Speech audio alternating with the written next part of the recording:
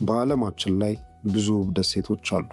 ነገር ግን እግሮን እንደረገጡ ለሞት የሚዳርጉ ቦታዎች እንዳሉ ያውቃሉ? ዛሬ ማንም የማይነግራችሁን 5 እጅግ አደገኛ ደሴቶች እናያለን። አንደኛ፣ ያለ ጋዝ ማስክ የማትረገጧ ደሴት ሚያኬ ጂማ። ሚያኬ ጂማ የምትገኘው በጃፓን ዋና ከተማ ቶኪዮ ደቡባዊ አቅጣጫ ነው። ምንም እንኳን ደሴቷ ውብ ብትሆንም በመሃሏ ግን እጅግ አደገኛ የሆነው የኦያማ ተራራ እሳተ ገሞራ ይገኛል። ይህ ተራራ በየ20 ዓመቱ የመፈንዳት ታሪክ አለው።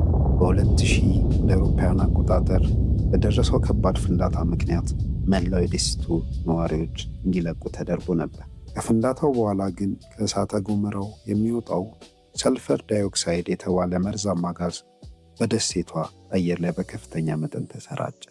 በ2005 ነዋሪዎቿ ወደ ቤታቸው እንዲመለሱ ቢፈቀድላቸውም አንድ ጥብቅ ሕግ ወጣ። ማንኛውም ሰው በደሴቷ ላይ ሲንቀሳቀስ የጋዝ ማስክ ይዞ መዞር አለበት። በአየር ላይ ያለው የመርዛማ ጋዝ መጠን ሲጨምር የሳይረን ድምፅ ይሰማል። ይህ የማስጠንቀቂያ ድምፅ በተሰማ ጊዜ ሁሉም ሰው ማስኩን ወዲያውኑ መልበስ ይኖርበታል። የሚገርመው ነገር ይህ አደገኛ ሁኔታ ደሴቷን ለቱሪስቶች ተመራጭ አድርጓታል። ሰዎች ድህረ ዓለም ፍጻሜ ወይም ፖስት አፖካሊፕቲክ የሚለውን ድባብ ለማየትና ማስክ አድርገው ፎቶ ለመነሳት ወደ ደሴቷ ይጎርፋሉ። እናንተስ እንዲህ አይነት አደገኛ በሆነ ደሴት ላይ ለመኖር ወይም እንደ ቱሪስት ለመሄድ ፈቃደኛ ናችሁ? አስተያየታችሁን ኮሜንት ላይ ጻፉት። ሁለተኛ፣ በእያንዳንዱ እርምጃ ሞት ያለባት ደሴት ኬማዳ ግራንዴ የእባቦች ደሴት።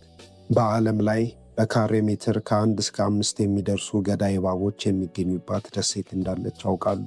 ዛሬ የሰው ልጅ እግሩ እንዳይረቅበት በሕግ ወደ ተከለከለችውና የእባቦች ደሴት ወደምትባለው አስፈሪ ስፍራ እናያለን። ኬማዳ ግራንዴ የምትገኘው በብራዚል የባህር ዳርቻ ሳው ፓውሎ አቅራቢያ ነው። ከሩቅ ሲያዩዋት እጅግ ውብና ለእረፍት የምትመች ትመስላለች። ውስጧ ግን እጅግ ዘግናኝ ነው። በዚህች ውብ ደሴት ላይ ብቻ የሚገኝ ጎልደን ላንስሄድ የተባለ እጅግ መርዛማ የእባብ ዝርያ አለ። የዚህ እባብ መርዝ የሰውን ልጅ ሥጋ በጥቂት ደቂቃዎች ውስጥ የማቅለጥ አቅም አለው። በደሴቷ ላይ ከ2000 እስከ 4000 የሚሆኑ እነዚህ እባቦች ይገኛሉ። ሳይንቲስቶች እንደሚሉት ከ11000 ዓመታት በፊት የባህር ከፍታ በመጨመሩ ደሴቷ ከዋናው ምድር ተለይታ ቀረች። በደሴቷ ላይ እባቦቹን የሚበላ አውሬ ባለመኖሩና ምግባቸው ደግሞ ወደ ደሴቷ የሚመጡ ወፎች በመሆናቸው መርዛቸው ወፎቹን ወዲያውኑ እንዲገል ሆኖ በዝግመተ ለውጥ ወይም ኢቮሉሽን እየጠነከረ መጣ። ይህች ደሴት ታዲያ ለሰዎች እንዴት ተከለከለ? በጥንት ጊዜ የደሴቲቱን የመብራት ቤት ላይት ሃውስ የሚጠብቅ አንድ ቤተሰብ ይዛ ይኖር ነበር። ነገር ግን በአንድ ሌሊት እባቦች በመስኮት ገብተው መላውን ቤተሰብ እንደገደሏቸው ይነገራል። በአሁኑ ጊዜ የብራዚል የባህር ኃይል ማንኛውም ሰው ወደ ደሴቷ እንዳይገባ በጥብቅ ይከለክላል። $1 ሚሊዮን ሲባል በዚች ደሴት ለአንድ ሌሊት ለማሳለፍ ትደፍራላችሁ? መልሳችሁን ኮሜንት ላይ አስቀምጡልን። ሶስተኛ፣ ወደዚች ደሴት የሚሄድ ሁሉ አይመለስም። ሰሜን ሴንቲኔል ደሴት። በ21ኛው ክፍለ ዘመን በቴክኖሎጂ ባደገችው ዓለማችን ላይ የሰው ልጅ መቼም ቢሆን ሊጎበኛቸው የማይቻላቸው ቦታዎች እንዳሉ ያውቃሉ? ከእነዚህም ውስጥ አንደኛዋ እና እጅግ አደገኛዋ የሰሜን ሴንቲኔል ደሴት ናት። ሰሜን ሴንቲኔል ደሴት ወይም ኖርዝ ሴንቲኔል አይላንድ የምትባለው ይች ደሴት በህንድ ውቅያኖስ ውስጥ በባህረ ሰላጤው አንድማን ደሴቶች ውስጥ ትገኛለች። ምንም እንኳን የህንድ መንግስት ግዛት ብትሆንም ደሴቷ ግን የራሷ ሕግና አስተዳደር አላት። በደሴቷ ላይ ለ60 ሺህ ዓመታት ያህል ከማንም ጋር ሳይገናኙ የኖሩ ነዋሪዎች ይገኛሉ። እነዚህ ሰዎች ስለ ስልክ፣ ስለ ኢንተርኔት ወይም ስለ ዘመናዊው ዓለም ምንም የሚያውቁት ነገር የለም። ከውጭ የሚመጣው ማንኛውም ሰው እንደ ጠላት ነው የሚያዩት። ወደዚህ ደሴት ለመጠጋት የሞከረ ማንኛውም ሰው በቀስትና በጦር ጥቃት ይደርስበታል። በ2018 እንደ አውሮፓውያን አቆጣጠር ጆን አለን የተባለ አሜሪካዊ ሚሽናዊ በድብቅ ደሴቷ ላይ ለመግባት ሲሞክር በቀስት በነዋሪዎቹ ተገድሏል። አስክሬኑን እንኳን ለማውጣት አልተቻለም። ከዘመናዊ ዓለም ርቀው በዚህ ደሴት ላይ የሚኖሩትን ሕዝብ ለመጠበቅ ሲባል የህንድ መንግሥት ማንኛውም ሰው ከደሴቷ በ9 ኪሎ ሜትር ርቀት ውስጥ እንዳይጠጋ በሕግ ከልክሏል። ይህ የሆነው ነዋሪዎቹን ከጥቃት ለመከላከል ብቻ ሳይሆን የእነዚህ ሕዝብ በሽታ የመከላከል አቅማቸው ወይም ኢሚዩኒቲ በጣም ደካማ ስለሆነ ከኛ የሚሄድ ተራ ጉንፋን እንኳን መላውን ነዋሪ ያጠፋው ስለሚችል ነው። እነዚህ ሰዎች በሺህ ዓመታት እንደዚህ ከዓለም ተገለው መኖራቸው ያስገርማችኋል ወይስ ከዘመናዊ ዓለም ጋር መቀላቀል አለባቸው ብላችሁ ታስባላችሁ? አስተያየታችሁን ኮሜንት ላይ ጻፉ። አራተኛዋ ውብ ግን ገዳይ የሆነችው ደሴት ቢኪኒ አቶል። በምስሉ ላይ የምታዩት ቦታ እጅግ ውብና ሰላማዊ ይመስላል። ነገር ግን ይህ ስፍራ በዓለም ላይ ካሉ እጅግ አደገኛና መርዛማ ቦታዎች አንዱ ነው። ለዚህ ደግሞ ዋነኛው ሚስጥሩ ኒውክሌር ነው። ይቺ ቢኪኒ አቶል የምትባሏ ደሴት በፓሲፊክ ውቅያኖስ ውስጥ የምትገኝ ደሴት ናት። ከሁለተኛው የዓለም ጦርነት በኋላ አሜሪካ እጅግ አስፈሪ የሆኑ የኒውክሌር ቦምቦችን ለመሞከር ይህንን ቦታ መረጠች። በ1946 እንደ አውሮፓውያን አቆጣጠር ነዋሪዎቹ ለዓለም ሰላም ሲባል ደሴቱን ለቀው እንዲወጡ ተደረገ። ደሴቷም የኒውክሌር መሞከሪያ ሁና ቀረች። ከ1946 እና እስከ 1958 ድረስ ብቻ አሜሪካ 23 የኒውክሌር ቦምቦችን በዚህ ደሴት ላይ አፈንድታለች።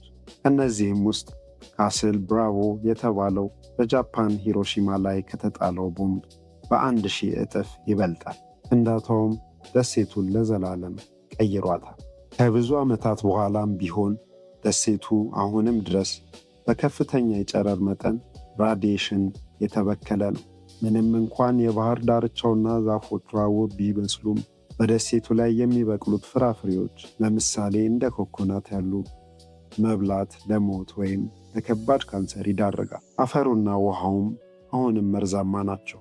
አንድ የሚገርም እውነታ በአሁኑ ጊዜ የምናውቀው ቢኪኒ የተባለው የሴቶች የዋና ልብስ ስሙን ያገኘው ከዚች ደሴት። ልብሱ ለመጀመሪያ ጊዜ ለገበያ የቀረበው በዚች ደሴት ላይ የኒውክሌር ሙከራ ከተደረገ ከጥቂት ቀናት በኋላ ሲሆን ዲዛይነሩ ልብሱን ልክ እንደ ቦምቡ ዓለምን ያናወጣል ብሎ ስላሰበ ስሙን ቢኪኒ አለው። የሰው ልጅ ለጦርነት ሲል እንዲህ ያሉ ቦታዎችን ማጥፋቱ ምን ይሰማችኋል? ነዋሪዎቹስ ወደ ቀድሞ ቀያቸው መመለስ አለባቸው ብላችሁ ታስባላችሁ? አምስተኛ ግሪንላንድ ደሴት። ይህ ደሴት በሌላኛ ስሙ አንትራክስ ደሴት ተብሏል። ይህም የሆነውም በሁለተኛው ዓለም ጦርነት ወቅት ሳይንቲስቶች የሰውን ልጅ በአጭር ጊዜ ውስጥ ሊያጠፋ የሚችል እጅግ አስፈሪ የባዮሎጂካል መሳሪያ በዚህ ደሴት ላይ ሞክረው ነበር። ይህ ሰውን አጥፊ መሳሪያም አንትራክስ ብለው ሰየሙት።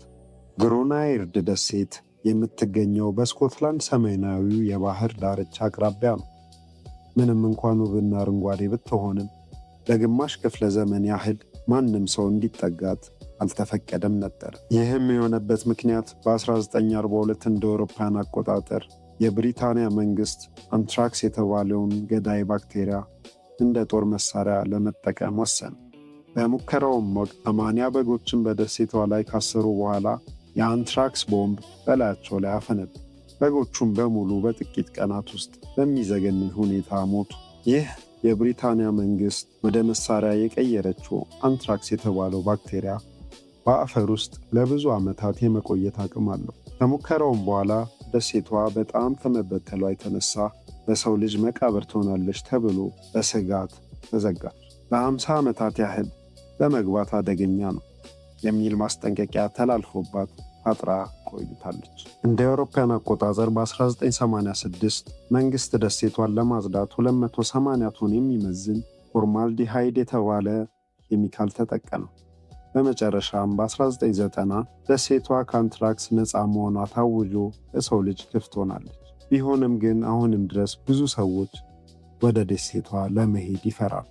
ሳይንቲስቶች እንዲህ ያሉ ገዳይ ባክቴሪያዎችን ለጦርነት ማዘጋጀታቸው ምን ያህል አደገኛ ይመስላችኋል? ከእነዚህ 5 አደገኛ ደሴቶች ውስጥ እናንተን ይበልጥ ያስገረማችሁ የትኛው ነው? ሐሳባችሁን ኮሜንት ላይ ጻፉልን። በሚቀጥለው ቪዲዮ እስክንገናኝ ድረስ ቸር ሰንብቱ።